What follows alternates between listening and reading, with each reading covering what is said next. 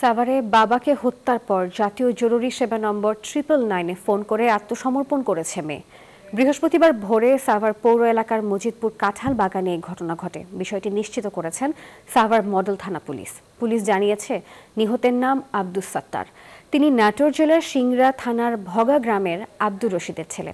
মেয়ে জান্নাত জাহান শিফা প্রাথমিক জিজ্ঞাসাবাদে পুলিশকে জানিয়েছে, তার বাবা তাকে তার ইচ্ছার বিরুদ্ধে শারীরিকভাবে নির্যাতন করত।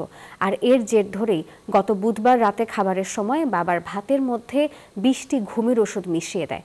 পরে বৃহস্পতিবার ভোর 4টার দিকে ধারালো অস্ত্র দিয়ে এলোপাতাড়ি কুপিয়ে হত্যা করে।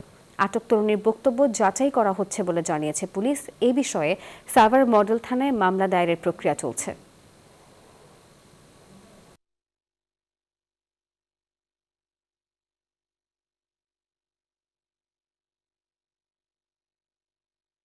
বান্ডেল থাকলে প্রতি সেনমানিতে টাকা বাঁচবে। বিকাশ সেনমানি বান্ডেল কিনে জিতুন প্রতি লেনদেনে।